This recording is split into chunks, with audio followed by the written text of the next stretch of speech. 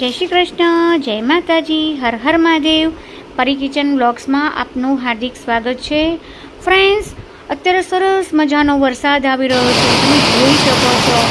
અને ફૂલ વરસાદ હોય, મસ્ત મજાનો ઠંડો ઠંડો પવન હોય તો ચટપટું ખાવાનું મન થાય.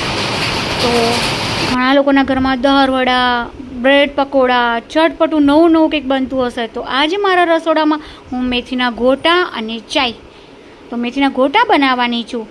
તો મસ્ત મજાની મોસમ હોય તો મેથીના ગોટા બનાવો, ભજીયા બનાવો, દાળ વડા ખાઓ અને સાથે મરચાં હોય અને ચાયની ચુસ્કી હોય. ક્યા બાત એ, મજા આવી ગઈ ને, મોઢામાં પાણી આવી ગયું ને.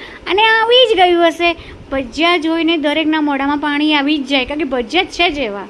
તો અત્યારે મેં લીધા છે ધાણા 1 ચમચી અને અજમો અને કાળા મરી, એ આપણે ખલમાં આપણે વાટી દઈશું.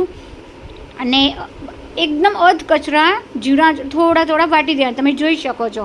તો 1 ચમચી ભરીને લેવાના છે. હવે મેથીની ભાજી મેં લીધી છે, એને ધોઈને અને ઝીણી ઝીણી સમારી દીધી છે. કોથમીર છે એને પણ ધોઈને ઝીણી ઝીણી સમારી દીધી છે.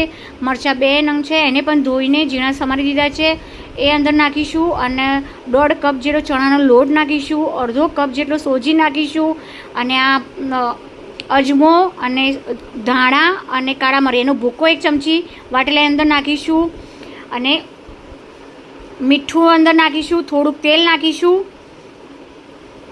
સોજી આપણે નાખી દીધી છે અને પાણી થોડુંક નાખતા જવાનું છે. અને ખીરું એકદમ પતલું નહીં અને એકદમ જાડું પણ નહીં, આપણે ઉતારી શકીએ મેથીના ગોટા એ રીતનું ખીરું આપણે બનાવીશું. તો ચપટી મેં હળદર નાખીશું. અને હવે આપણે થોડુંક મીઠું થોડુંક ઓછું લાગે છે એટલે થોડુંક મીઠું અને સાજીના ફૂલ એ નાખીશું. અને લીંબુનો રસ 1 ચમચી નાખીશું, થોડોક ખાંડ પણ નાખીશું. તો ખાંડ ગમે તો નાખજો, નહીં તો સ્કીપ પણ કરી શકો છો, પણ સરસ લાગશે તો ખાંડ નાખજો. અને ગરમ ગરમ તેલ એ 1 ચમચી ભરીને નાખીશું. અને